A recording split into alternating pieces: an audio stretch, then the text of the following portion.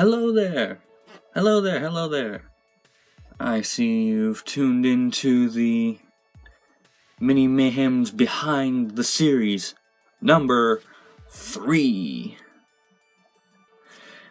This is just the little intro because this is going to be split up into, I think it's 6 parts. Cause, oh boy, there's a lot to go over this time. Because we're not doing this after the 3rd movie, we're doing this after the 3rd and 4th movie, because I decided to do a 2-parter. Oh boy.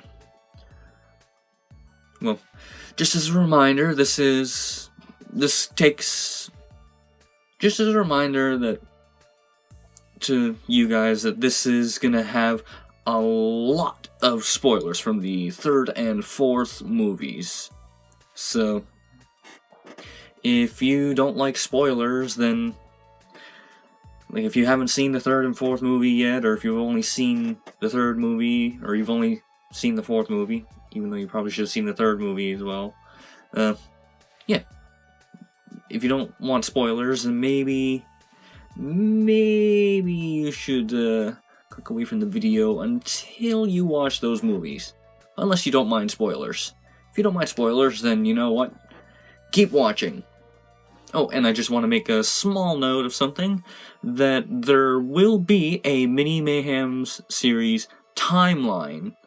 That's right, if you remember in the 2nd Behind the Series, I went over a timeline of events, but since then the series has obviously progressed, and we've actually learned quite a few new things.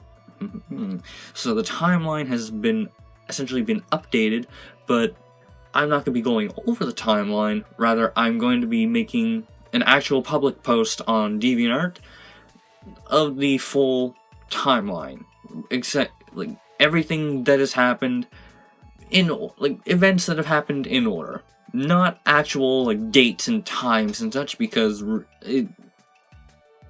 I don't even know if that really exists in this series. All we really know are summer, fall, winter, and spring, and every now and then we'll get a specific date. Because we have, the Easter pages, essentially the special pages. But yeah, this was meant to be a short note. Yeah, there's going to be a timeline posted on DeviantArt. Later on. I'm not exactly sure when, but keep an eye on there. And, as usual, thank you to everyone watching. Just, in general. Whether you're a Mini Mayhems fan, or you just like watching videos, or you want to learn more about the series. Thank you. Thank you for watching. Thank you for taking an interest. And let's move on to Section 2 of this Behind the Series. And Section 2. Section 2 is the making of the 3rd and 4th movies. And just a bit of a starting note, there almost was no 4th movie. The original plan was that it was just gonna be a 3rd movie. But that was just in the point where I was deciding how long I wanted the series to run. And if I haven't already mentioned it, I'm pretty sure I have, but yes, there's going to be 6 movies, the 6th movie being the series finale. There's technically a title for it, but I'm not going to reveal it just yet, just because the title might change. But at some point, during this Behind the Series, you will learn the title of the 5th movie. How exciting! Yeah, there was almost no 4th movie. Just going to be the 3rd movie. The plan for the movie itself to bring Ara back was always there. But I wasn't always sure about bringing Shal back. Kinda glad I did, though. Just because I think it made it a little bit more interesting. Just because of the Shiftoni. No. Neo Shifter versus Shal. I personally found that interesting, at the very least. Oh, and by the way, if I do any pauses and looks like I'm looking over, it's because I am. I'm not keen. I'm not one to rely on my memory, so I got a bunch of notes here. One of the focus things, or at least the big focus I wanted in the original idea for the third movie was that, well, how do I say this? I'm saying this wrong.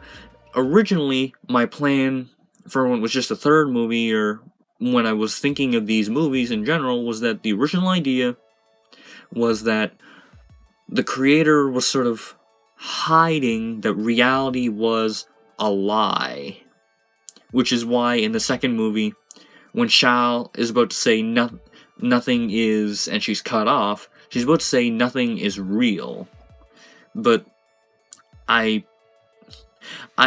changed my mind about that during writing for the third movie script, just because I wasn't entirely happy with that idea, and I just few things that just made me not want to do that idea, and I'm very glad I did, to be honest. Gru was never part of the original plan, not at all, and actually, Gru as a scrapmock character was supposed to be introduced in the middle of Generation G, as opposed to in the middle of Mini Mayhems Revamped. There will be a lot more info, I will say, on Gru in this behind the series, because there is a whole crap ton about him. I think there's even a dedicated mini section to him in the character thing. But we'll get to that later.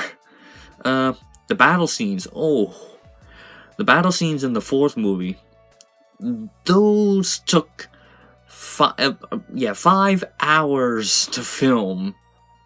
Like, the actual battles themselves, they look really short, but it took a while, because it's over 100 characters, probably close to 150 characters in total in that battle, which is including the creations that still trusted and believed in the creator, the mocks that, like the Mini Mayhems, that didn't at all trust the creator, and then those characters that were in between, or they didn't take any sides.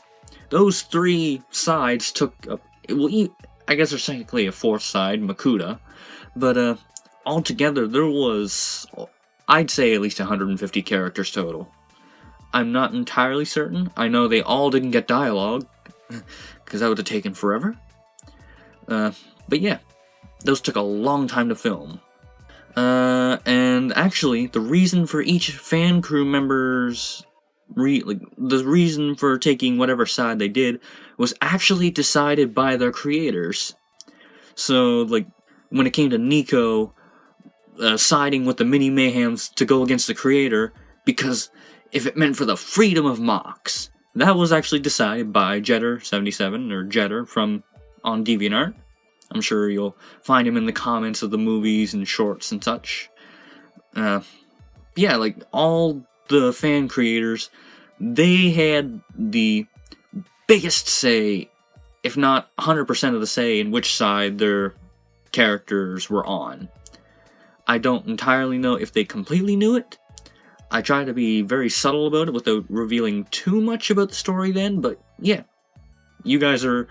That entirely is the reason why you guys are part of the script writing thing in the credits. Mimi. If you remember during... This is in the longer part of the battle scene where the creator comes in. If you remember, Mimi... It was flying Dembo from the creator's shed all the way into this room. Now, Mimi was supposed to have actually, like, the larger propellers. I have one right here. Two of these, like, the actual larger propeller, the larger version of the propellers that she has. I keep saying she. I'm pretty sure Mimi's a he. Whoops. Sorry about that. He. Well, Mimi's propellers were supposed to be these ones in that scene, but I couldn't find another one of these, even though I know I have at least 2. So, in a mad rush to make sure I had something bigger, I used the scroll shields, which, to be fair, they kind of look like spinning propellers, right? It kind of worked, right? Well, that's the reason behind that. Also, same situation, although this time on Dembo. Dembo was supposed to be holding Vance in a much different way. Or rather than having Vance holding on to Dembo's feet, it was supposed to be Dembo's forearms. Since I already know, read up a bunch on the character, he's supposed to have his forearms attached where his lower legs are supposed to be, and his hand holding on to Vance. That's what it was supposed to be, and almost was, but it was difficult to make sure Vance didn't keep falling off. And ultimately, in the end, I did have to change it so that Vance was holding on to his feet. If it weren't for the fact that Vance kept falling off, I would have 100% immediately gone with my first idea. But, practicality's sake, I couldn't. Oh, and the other characters that were introduced that weren't the fan characters. I personally call them the spur characters, just because, spur the moment sort of thing. So, my nickname for them is spur characters, even though there's technically, at least 3 to 4 new crews within these spur characters. Because we got the 2 crews that I shown off previews of on Instagram, which includes the Canadian character as well as the crew with the knights. But there's also the Toa Mayhems, which you'll get more info on later on when I post the massive character sheet, because it's all going into one. And out of all of these, only one character actually got dialogue, and that character's name is Ash, which, by the way, yes, that is a Pokemon trainer themed character, and that's why that character was throwing Pokemon plushes over at Horizon during the fight. And the key line being, "I want to be the very best." I love themed stuff. That's a lot of the spur characters, to be honest. And there was about 30 to 40 of them, at the very least. The biggest focus was meant to be the creator. Then after that, the new characters, which is a mix between fan characters and the spur characters, but mainly the fan characters, just because they're your guys' characters. And then, after that, the main face of everything else was just being Neo, mainly just because she's the Queen of Alabus, and I technically like to think of her as the leader of the mini Mayhems. Maybe you think the creator would be, but if you've actually seen the 4th movie, you'll understand why maybe that's not entirely the case anymore. And M4, or Movie 4, however you want to say it, I'll just say M4 for now. M4 had the biggest and most reveals on many different fronts. Just because, well, some of those reveals I'll get to in time, but a lot of those were actually character reveals. And just one little note I want to make. Just because I did see a specific comment on the 4th movie about the battle scene, which is about it being static in the background. I personally will defend that until the day I die, because I like to think of this as what it looks like in someone's head if they're playing with Lego. Or, to some extent, imagine if you were little enough to actually play with Bionicles, if you're not just a builder and you, at some point, you were literally, you sat on the floor and you had, a few of your favorite Bionicles out, or your favorite Lego figures, or whatever out, and you had a couple, you had a bunch of them in battle, if you had two of them in battle, they'd be like, fight, like literally, like it'd be like, sort of thing. How do I do this with actual things? Oh.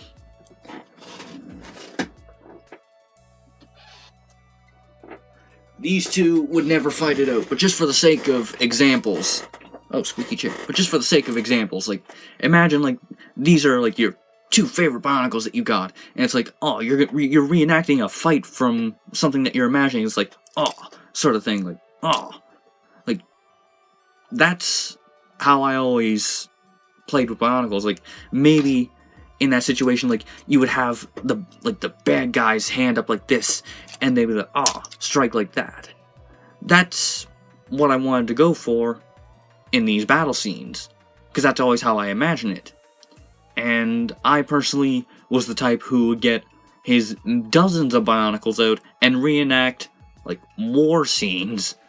My favorite time reenacting was getting the, all of the Glatorian characters and such, and using either my room or somewhere over my grandparents, and using them and reenacting the Legend Reborn. Especially the fight, because I had like 10 Skrull. Seriously, I had like 5 of the regular ones and 3 Stranius, at the very least. And it was a static thing. Like, I would go to one pair that was fighting, make it look like they were fighting, then I'd go back to another pair, make it look like they were fighting, and it just looked static in the background. So personally, that is my defense for the static background. If it doesn't matter to you about the characters in the background being static, then by all means maybe you understand, or maybe you just don't care. But that's my defense for it, because it reminds me of how I actually used to play with Bionicles when I was a kid. Okay? Okay. That actually caps off Section 2. So, Section 3. Oh, Section 3. Section 3 is characters and changes. So, what do I mean by changes? I mean, like, characters and, like, how some other characters, like, how they developed. Or how they changed from one movie to the next, or from one series to the next into the movies. So, movies 3 and 4 saw some pretty big character shifts. And the 4th movie is what's seen the slew of new characters, this spur of new characters. As far as, like, characters that we already know of, just to go over things quickly, and because I have it in my notes, Scuff being the head of government people relations, that's why he is the one that is keeping up with Ara, as opposed to any of the other characters, or at the very least, he is the primary one keeping up with Ara. Scuff actually had a piece replaced in the middle of filming. Like, not directly, like, while the camera was rolling. Not while the camera was rolling, but if you notice, if you take a closer look at the piece that connects the thigh area to the upper chest area, the connector thing that the lime one that he has there, you'll notice it changes in some of the shots for the most part, and sticks for the rest of the movie.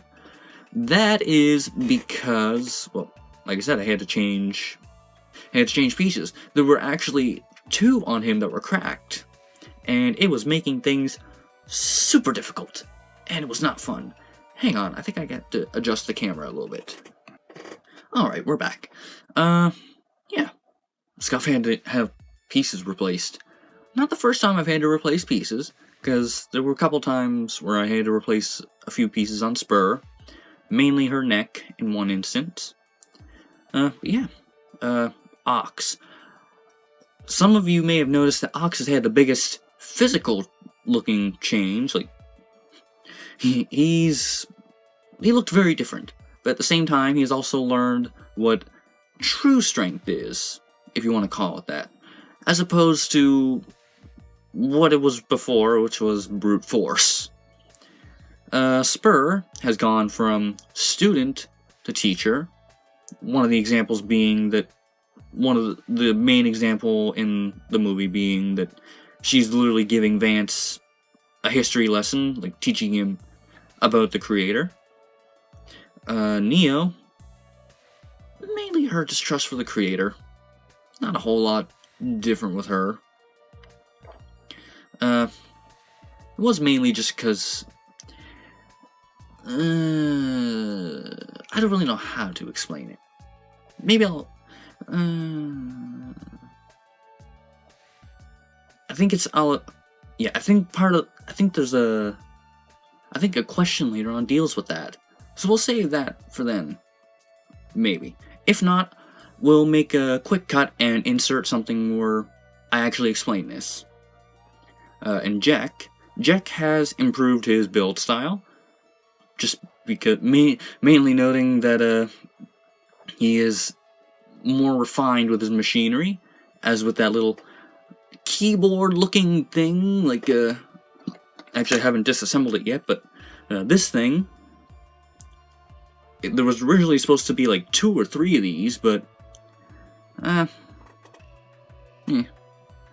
Hybe, still as battle-ready as ever, but much calmer now, like, not as bombastic. I think that's the right word. I hope it's the right word.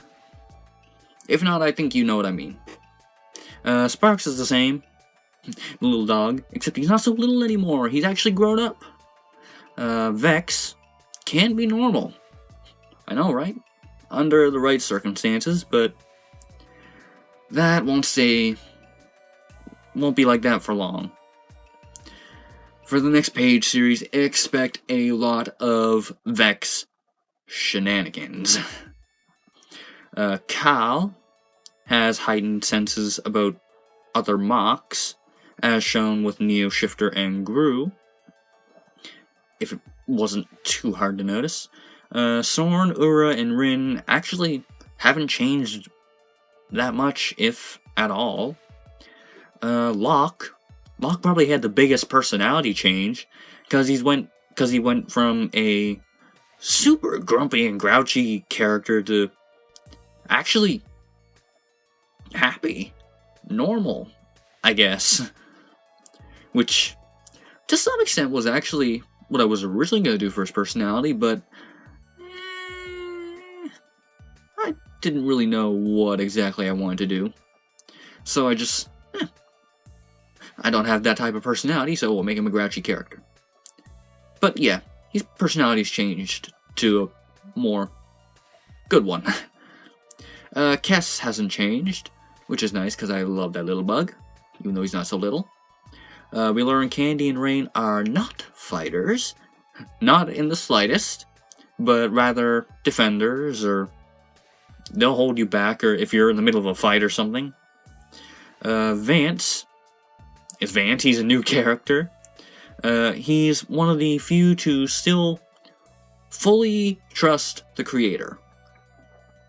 And that is actually something one should note for a bit of the series until the next movie. Who knows? Maybe it'll be a key part in the next movie. You'll just have to wait and find out, won't you? Oh, and Mary comes in at the very end in that little bonus clip. We don't know much about Mary other than she's the daughter of Candy and Rain, which, by the way, it still isn't actually explained yet how the kid characters come to be, but rest assured that actually will be explained in time in the series. The only difference in fan characters, in my opinion, is Dembo. Like, as far as personality-wise, from the way that I've read about the characters and such, the only difference I can see really is Dembo. Just the fact that he even went into the war zone. Just because everything I read about Dembo, and what I was sort of told when I asked about what side he would take, sort of led me to believe that even if everyone in the war sort of destroyed themselves, he would just sort of still be sitting back doing his own thing, like, yep, they did that to themselves. still doing my thing, having fun. It's not my fault. Maybe not exactly like that, but maybe Jetter knows what I mean. But yeah, no, like, at the very least, when it came to that, though, I didn't want that to be sort of prove a point. Just that no character can be fully 100% replicated, whether it be by build style, color matching, or even for the most part, personality-wise. Just because Jetter's Dembo, maybe he wouldn't have gone to the war and everyone would have destroyed themselves. But this one, because it wasn't created by Jetter, wasn't a full 100% replication, because it was created by someone else, and brought to life by, yet again, someone else, would mean that this Dembo, because of those factors, has this gut urge to really want to actually help in some way, but at the same time, doesn't want to be involved in any actual fighting. If that makes sense? Maybe it does? I don't know. I'm finding it hard to explain that little bit. At the very least I am right now. Oh, Shyla's good now. Shyla's been reintroduced, and is good. Just like Ara, even though Ara was good at the end of the second movie. Also, Shyla and Ara were rebuilt into actual characters, as opposed to being the whatever you want to call it. Prototype builds, that's what they were. Because originally they were prototype builds, and originally they were planned to be characters in the series, but I decided against it, and eventually turned them into bad guys. And I kind of wanted to make them into good guys, just because I now know what I'm going for as far as bad guys. You'll find out eventually if you haven't figured it out if you haven't figured it out already. Oh. That's the first part of Section 3, because there's at least another part, maybe 2. So yeah. Next up, we'll get into the Big 3. Oh boy, the Big 3. Now, maybe you're asking yourself, Toe Shifter, who are the Big 3? Well, the Big 3, if you've seen the credits of the 4th movie, where it's going over all the voices, like the voice stuff, you'll notice that the final frame before the first bonus clip that introduces Mary is three characters: the Creator, Neo Shifter, and Gru. Now, there's a reason I call these 3 the Big 3, and it's because they all have a very specific connection. First off, just because I'm going to go in order of my notes, the Relic, the Relic is what contained the bad in the Creator, and obviously at the end of the second movie, because the Relic was destroyed, it was released. And Ara talks about it some, and actually Gru gives names to some of it at the very end in that final bonus clip. And technically I gave the final name in one of the previews. But yeah, let's go over what exactly happened and what these changes were. So first off, the change in the Creator. So if you noticed throughout the series, whether it be the pages or just the movies or whatever it is you're following in the series, you may have noticed that the Creator's been a bit more strict, or a bit more not like he was in the first page series. This change is because of the return of Control. That's right, Control, just like the other things, are names. They're the names of the parts of the bad that were within the Creator before the Relic was created. The Neo Shifter. As you may have noticed, Neo Shifter went from like a normal character, actually like the creator, because he was a self-mock, went from being normal to being very stuck up, very feeling like he's above everyone else. Like, oh, I've known better than you. Like a lot of times, like when it came, like if you remember the one page where Locke commented on Neo Shifter's knees, and Neo Shifter for no reason is just like tears into him, and just Neo Shifter in general, and the fact that Kyle could sense something in him. Well, what she was sensing was the return of arrogance. Arrogance is what took hold of Neo Shifter. And Gru. Gru is the most interesting one out of all of these. Even though he wasn't originally planned, he actually what I think is going to make everything sort of come together, in my opinion. For a lot of reasons. But, yeah, Gru. What is so special about him? Well, one thing, if you notice throughout the pages, and even in one of the shorts, he's sort of seen as this very creepy thing. And if you look closely, his mask keeps decaying, damaging itself, almost, you could say. So what is this change? Well, that change is perfection taking hold. Now, what is it that sort of gets this... What is it about control and arrogance being gone that Gru mentions in that bonus clip at the very end? Which, by the way, yes, that is Gru. Well, arrogance got in a bit too deep when summoning the creator, and just stepped over his lines just a little too far, and was destroyed by control. Now, control was destroyed by the realization of what was happening, because what he was doing was not in any way control.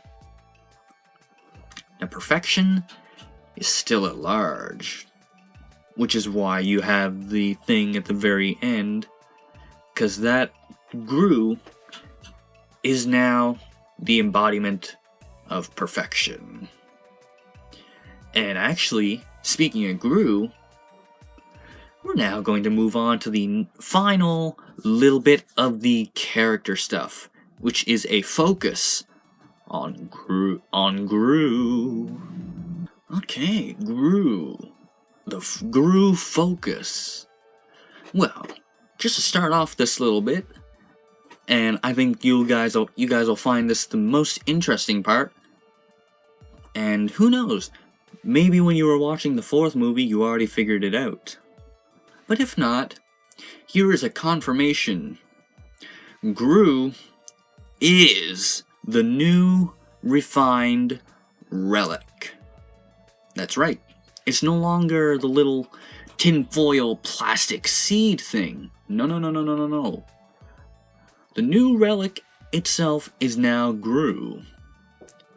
Now, where is this revealed in the movie? Well, it wasn't so much that it was 100% revealed, but it was very much hinted at. If you remember the scene where Gru is talking with Makuta in front of the big Makuta contest entry thing, remember when Gru's saying like, oh, you couldn't destroy me even at your strongest, and Makuta is just standing there like, oh, this body will make me even more powerful. I'm already more powerful than you. How could you ever outdo me? And Gru goes, some relics cannot be destroyed, only refined. Something along those lines. But that is essentially Gru saying that he has the refined powers of the relic. At the very least, even if he isn't the direct new relic, he is the new embodiment in which these abilities are within. Because it's no longer that little tinfoil seed that was destroyed completely by the creator. Speaking of which, speaking of the mask, his mask actually, his body couldn't handle the power. Because that same power is what glitched him to life, and is the reason his mask was decaying. And even so, if you notice, between the third and fourth movie, his mask decayed even more. Which, by the way, here is that mask. And there's actually a little thing about it. We'll get to this part later. Gru is far from done. And like he said in the end of the fourth movie, he will return. The monsters. Ooh, the monsters. One of my favorite sets of previews I put up, actually. The monsters will play a key part in the story. I won't say how, though. I won't say when, though.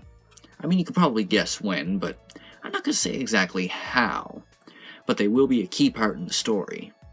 And you will see the full brunt of what they are, what they can do, and just exactly what is going on, I guess. It's just, the monsters are really weird. There is a specific theme with them, but yeah. I think you guys are going to like the monsters, to some extent. I think they're going to be an interesting part of the story. And this wraps up the characters and character changes section. Section 3. Next up, obviously, is Section 4. Section 4. Section 4 is Series Evolution. Now, there isn't a whole lot to go over, actually, for the most part. If anything, it's actually things that are going to be coming up in the future, I think. Actually, yeah. It's actually stuff that's going to be coming up in the future. Just sort of lightly referencing things that I've already done. Just set this over here. But yeah, Series Evolution.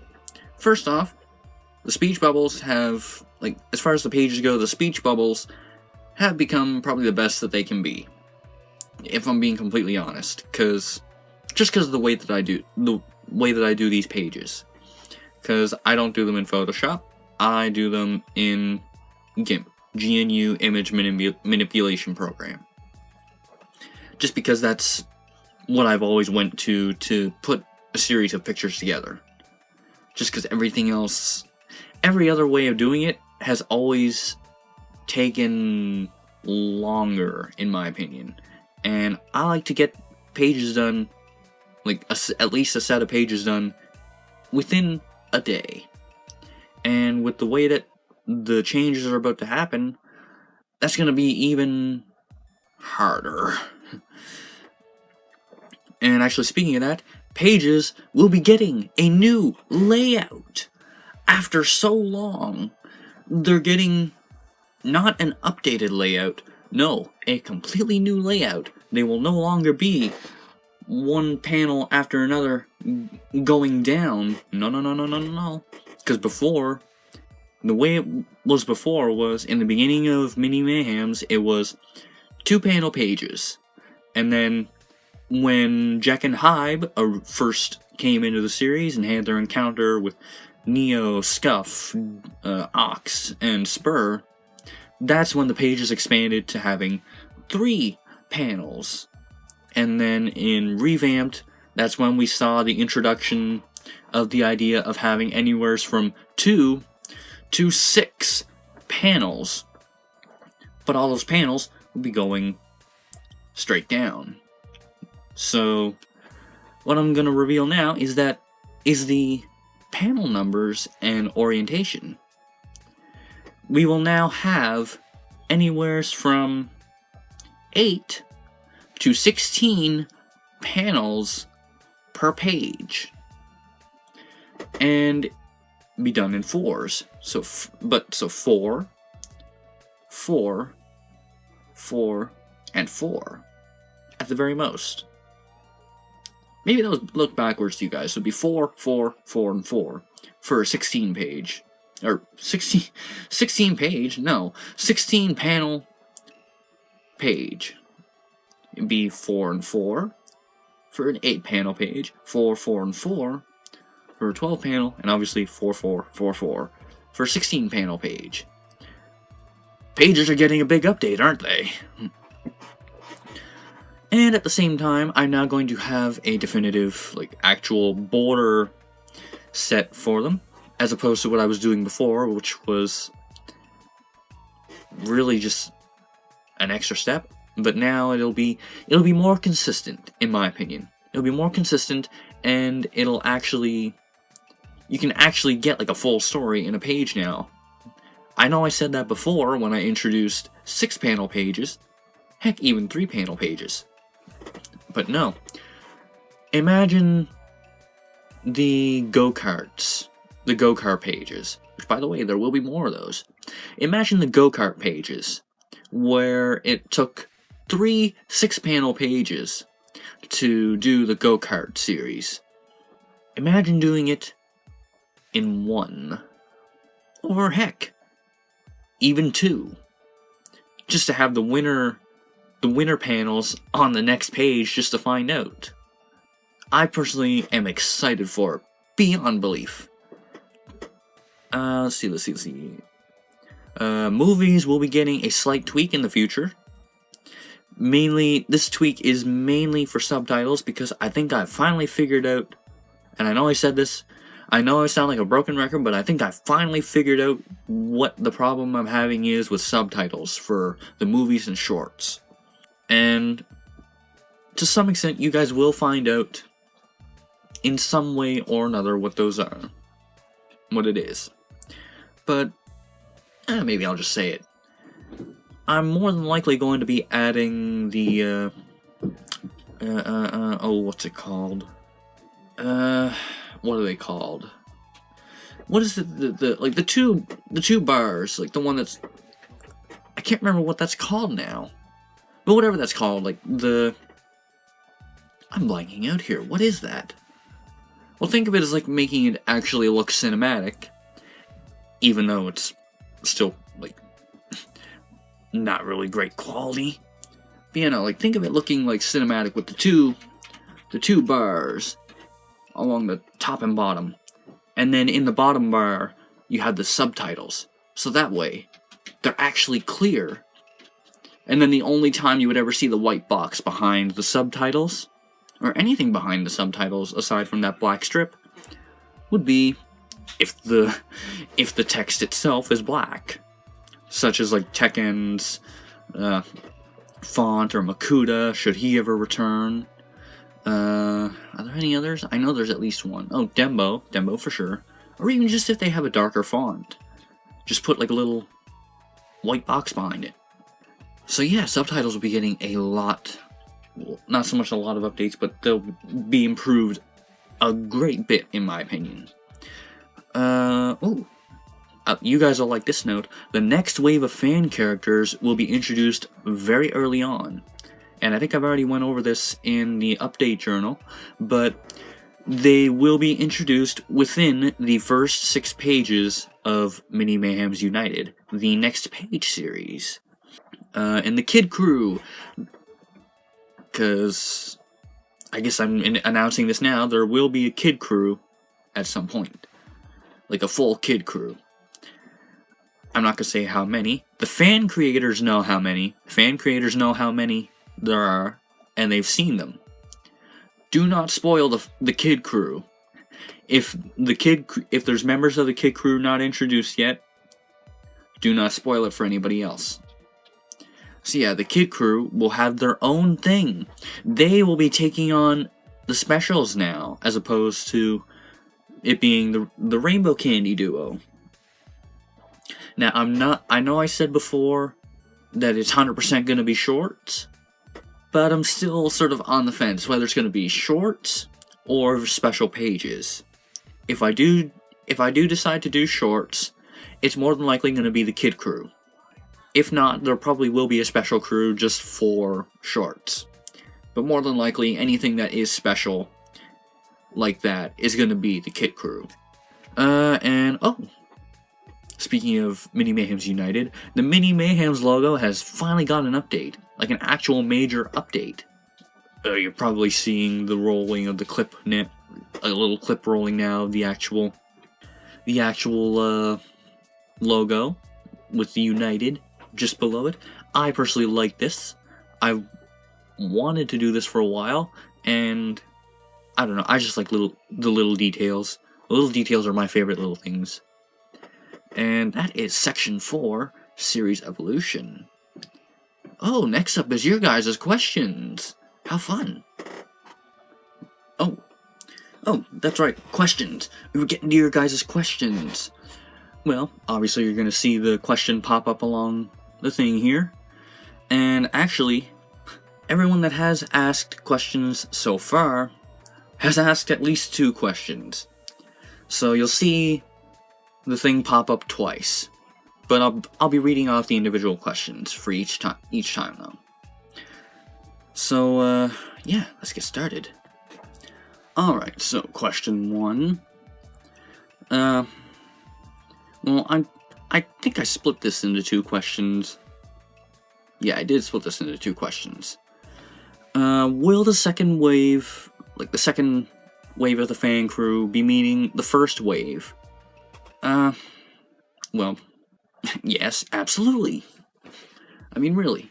Like I said, they're going to be introduced within the first 6 pages.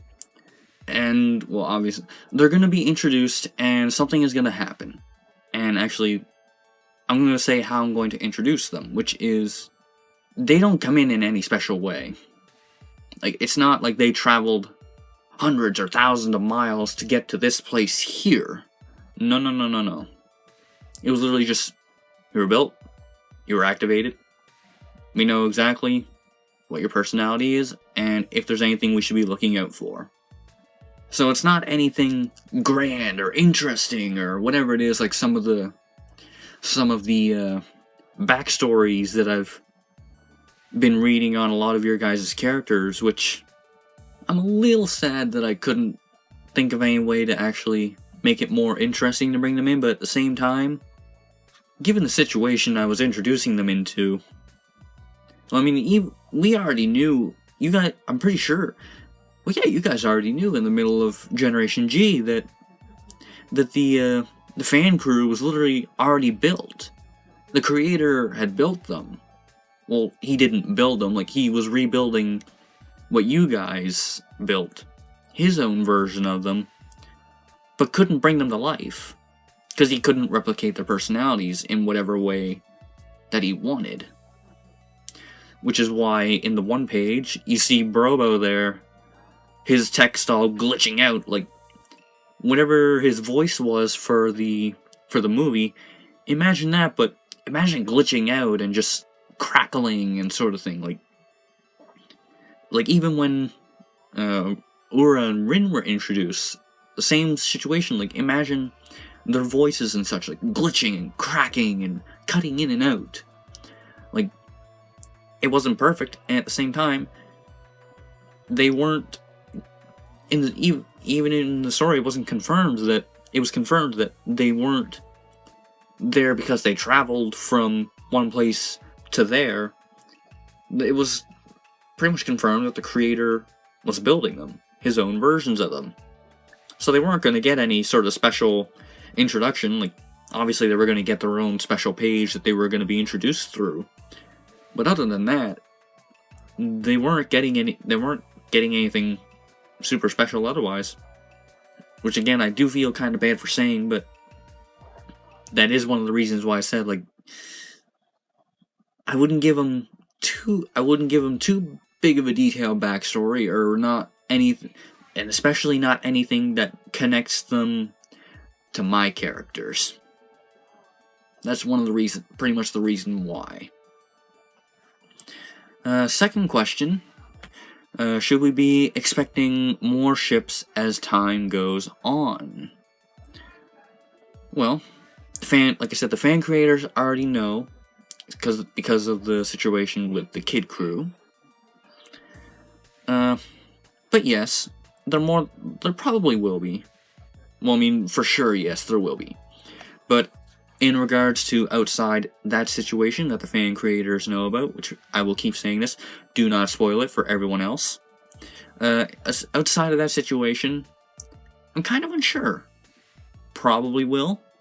I mean, established friendships and such between a fan creator's multiple characters, like Kyborgs, Tekken, and Silver. They're already really good friends.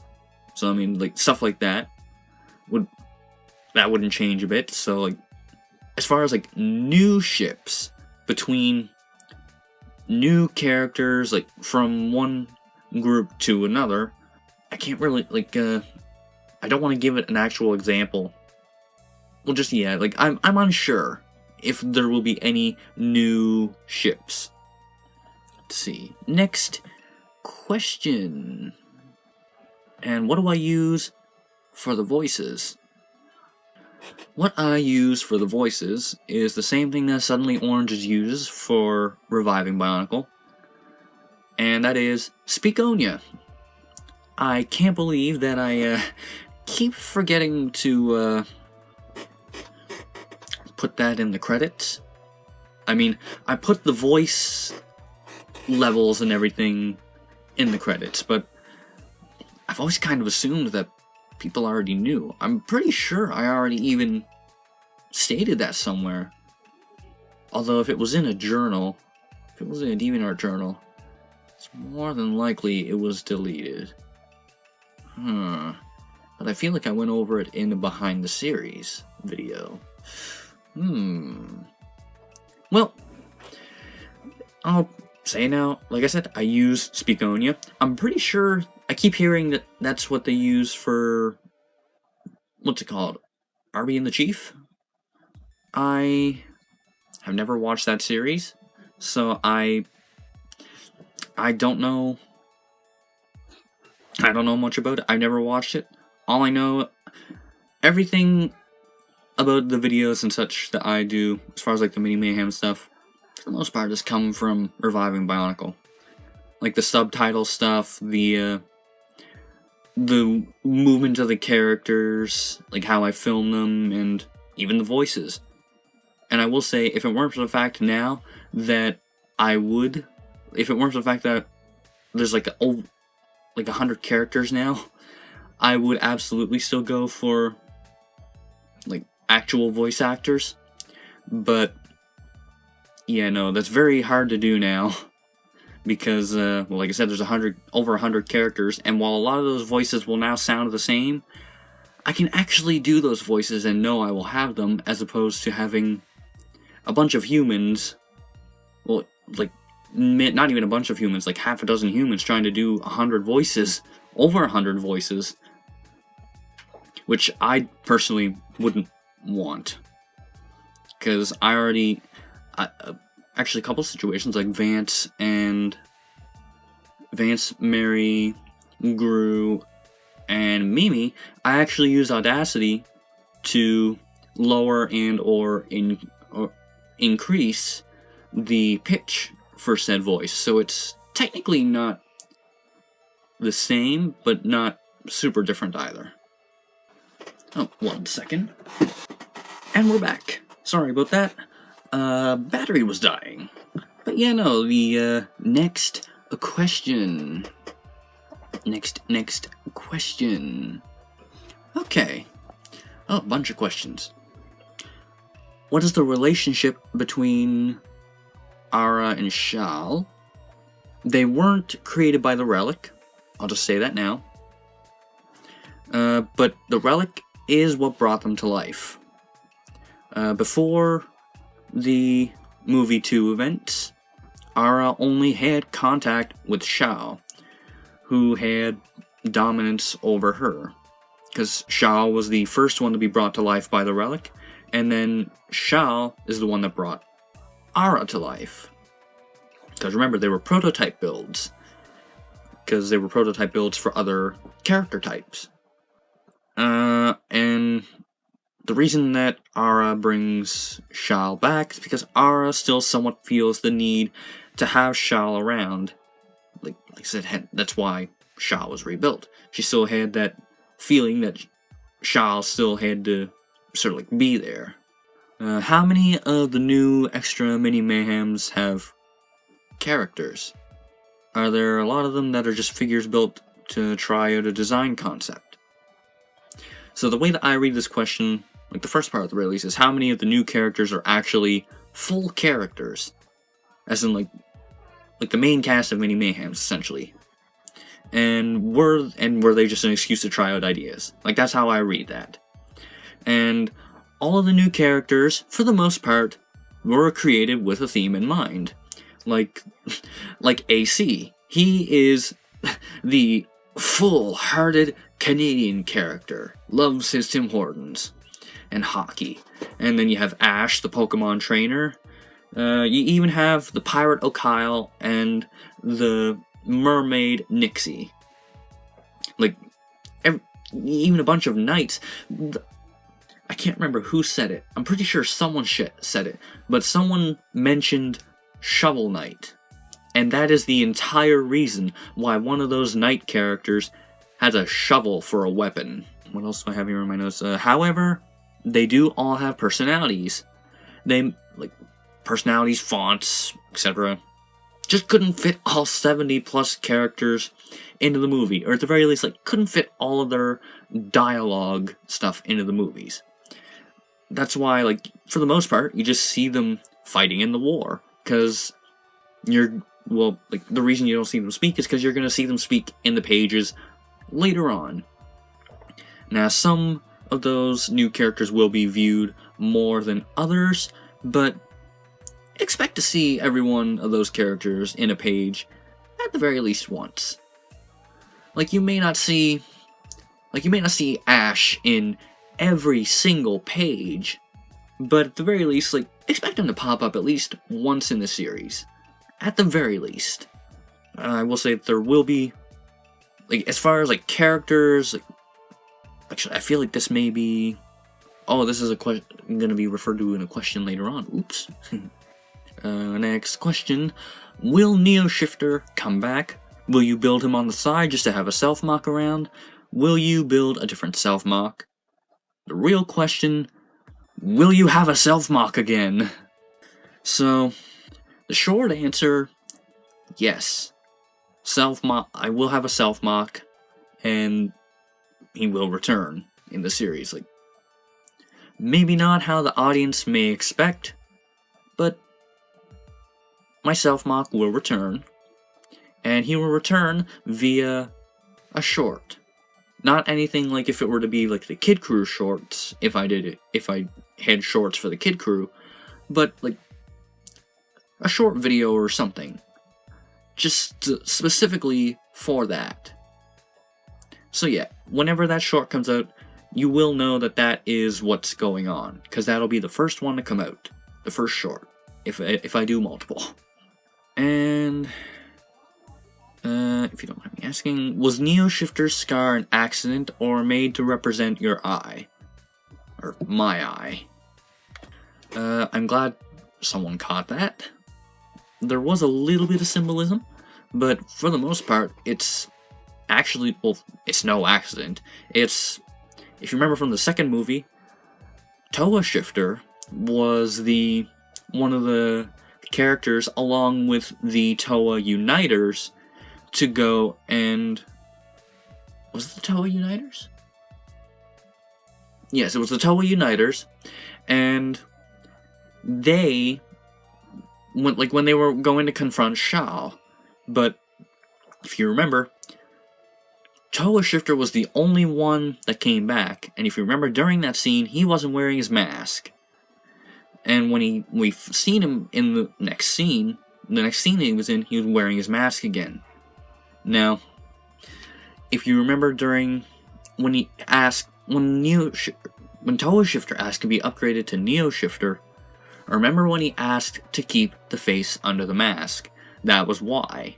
Partially because of arrogance, just because like, oh, I have a scar, I've been through more than you, I'm better, sort of thing, because of arrogance.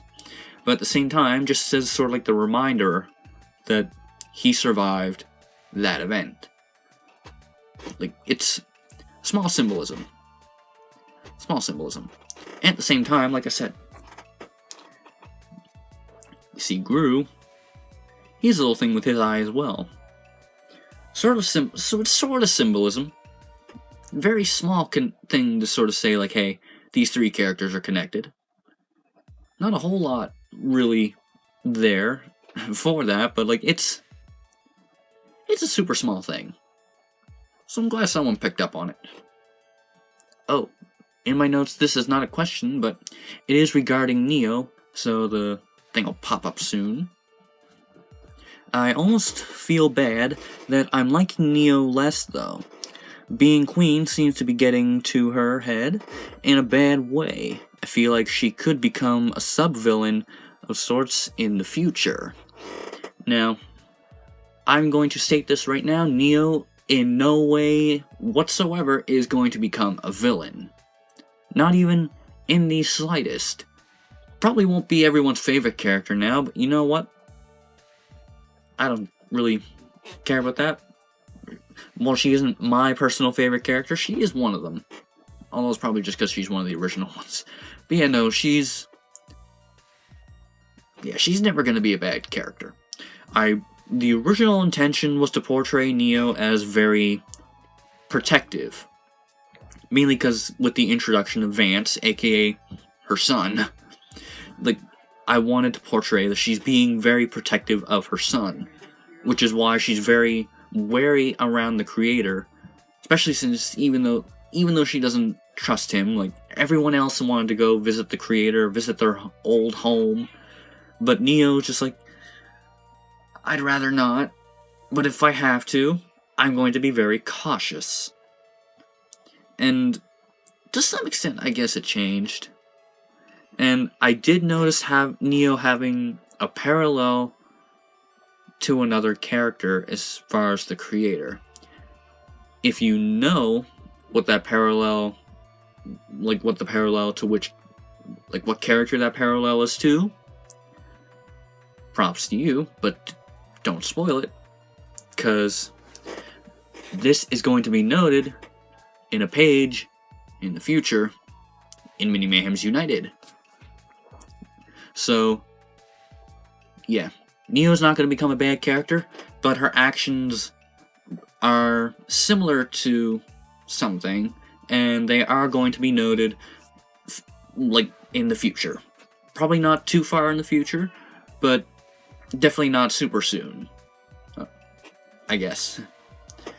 Okay, next question. Next actual question. Oh my gosh, I never realized. The question about Speakonia. Links. I'm posting links about that. Like, links to the downloads in the comments. Comments? No. I'm not doing that. No. I'm posting them in the description. I'm dumb. You know, I'm posting links to the Speakonia stuff and proper downloads in the description. Just because I know you said you wanted to try doing the voices yourself, and just in case anyone else wants to do the voices for their own thing. Because I know the fan creators, maybe they all want to. But yeah, next question. Will the fan characters get their own story arcs eventually, and not just Dembo?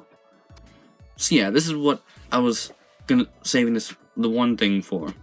The fan creators know, but at least 2 characters will have some sort of major subplot. And the rest will have some sort of subplot. May not be big, but definitely more than the Spur characters. Because the way that I intend on seeing this is that the main focus is, for the most part, usually always, like, my characters, just because it's my series. I know my characters best, so they're the ones I can write the best. And then there's the fan characters, just because those are the characters that you guys made, especially for this series, so obviously they're going to get they're going to get a spotlight of sorts, more so than some other characters. And then the characters that'll probably get maybe not the least views in, like, the least time in, but at the very least, like, they'll probably have less appearances are those spur characters. Just for the reason, just because there's, well, for the most part, like, it's not, anything outside of the story, like the main major story, is more than likely just subplot. Like, I'm blanking on examples right now, but like, each page is like a mini story. And even though those stories do impact what may happen in the movies, they're still meant to kind of be their own little thing. And like I said, like, there's every now and then, like, there might be something that's, like, for me, anything that has any sort of major or even subplot, it's still, to me, is something that's going to affect the story. So, like, even if there's a subplot between, like, those bunch of characters, who's to say that that doesn't somehow end up affecting the story later on, depending on, I mean, I know it depends on how if I were, like, what I were to do with those pages for that subplot. But it's still more than likely, the way that I view it, that it would still affect the story. Not saying that there won't be subplots, but it's something that I'm thinking about very, very, very carefully.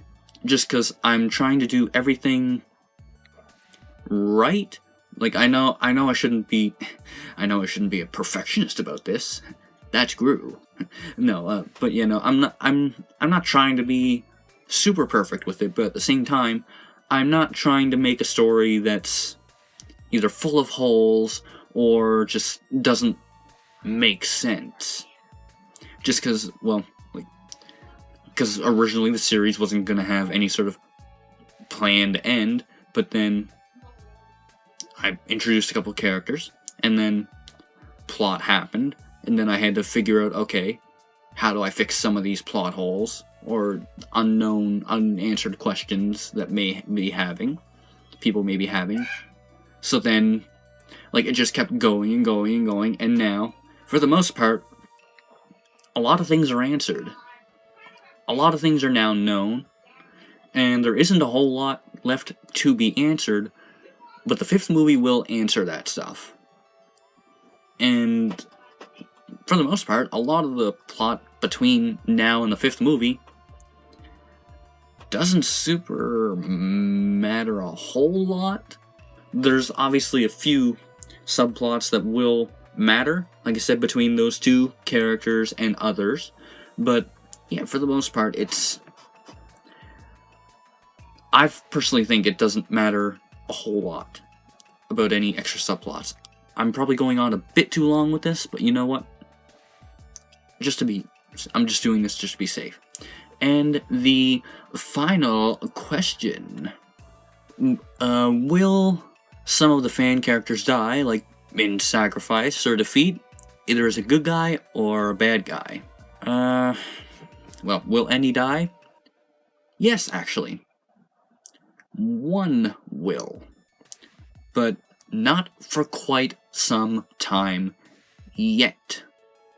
And when I say not quite some time yet, I mean, if you think movie 5 is way off in the future, then this character death, which is going to be a fan character death, is going to be way ahead of that. Like, I don't even know how to really describe without getting any spoilers in there. But yeah, no, only one character from any crew really is planned to die, which I do still have to actually talk to that fan creator about that. I mean, I'm pretty sure they won't mind. They'll probably understand. Maybe even find that part of the story interesting and may like it and just be like, yeah, go for it. But yeah, no. At the moment, there's only one that's planned to, quote-unquote, die. And, well, yeah, I guess that's a good way to put it, because maybe it might not even be considered actual death. I don't know. Like I said, it's still in the planning stages, that part. But if any characters were to die in the pages or movies aside from that, it'd most likely be the spur characters. Just because I don't want to call them one-dimensional, but they're definitely not like the main crews or the fan crew. Because like I said, they have their theme, and right now, small personality, which, who knows, maybe I'll build upon, and they'll become just like the other characters. Maybe they all will, maybe none of them will, but they're the most likely ones to have that happen, even though it's not planned for any characters to actually die now. Oh, wait. I was wrong. There is a character that's going to die. Not in the pages. And I'm not going to say who. I'm not going to say when. I've probably already given away too much. Well, that's the end of the questions. So, yeah. Time for the final section, closing. Well, this is it. The final section of Mini Mayhems behind the series, number 3. So, I've already mentioned this before, but submissions for fan characters have officially closed. I made notes of this before and even had to close them early, but with the release of the 4th movie, it was always planned that the release of the 4th movie would be the point where the submission thing would close. Like, no longer accepting submissions. I'm not saying you can't build your own characters anymore. I mean, you can... I never said you couldn't build more than 7 characters. I will say that. You can build, like, 100... You can be like me and build 100 characters if you want. But only 7 could ever get in. But yeah, no, only 7 would ever get in. So, I mean, like, you could build... Like I said, if you built 8 characters, well then... either the first 7 or whichever 7 you pick. Like, you want put in. Those would be the ones you get put in. I don't think anyone has reached that limit yet. I don't think, like, during the submission period, I don't think anyone reached the 7 limit. I think it was a 7 limit. Either 7 or 8. But, you know, I don't think anyone reached the limit. I'm pretty sure there was one, like, a character made since submissions closed, which, by the way, is an interesting character. If it weren't for the fact that I'm literally out of some key pieces, I probably would build it.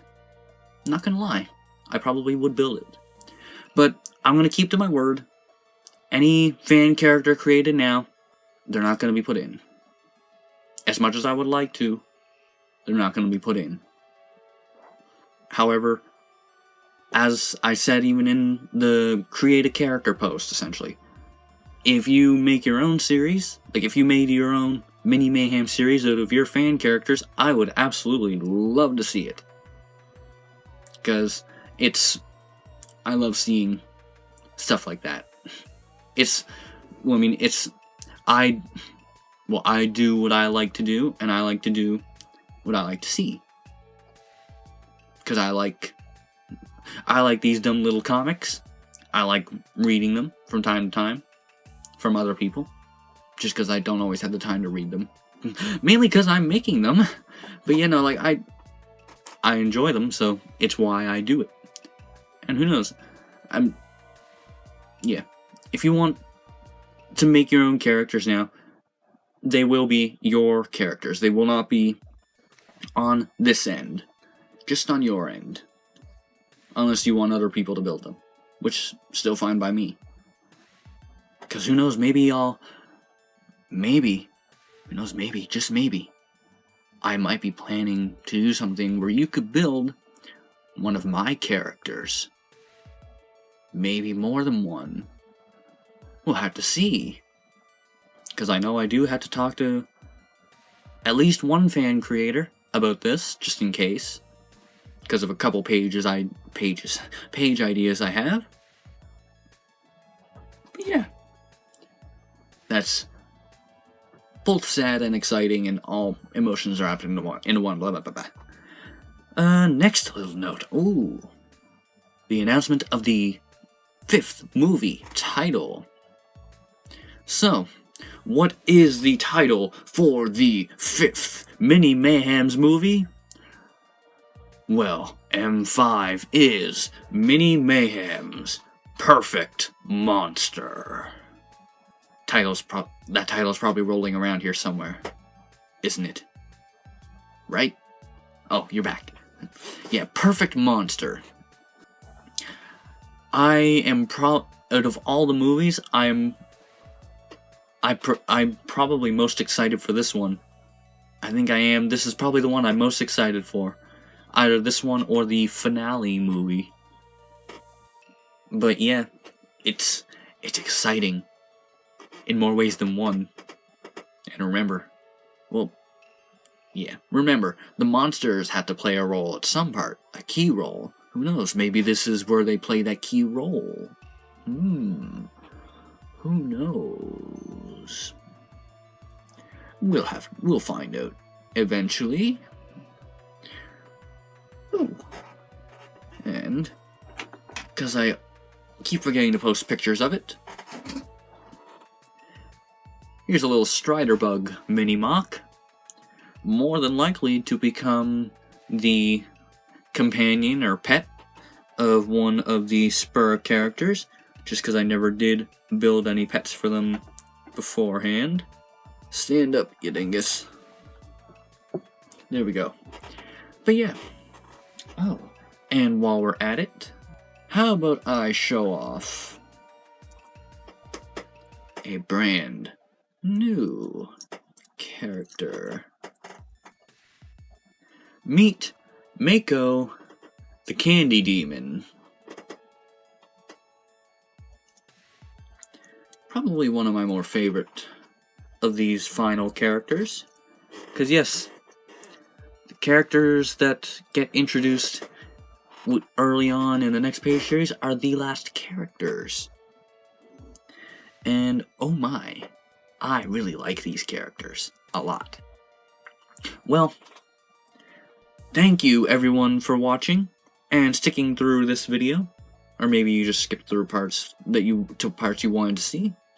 But regardless, oh my god, that voice crack.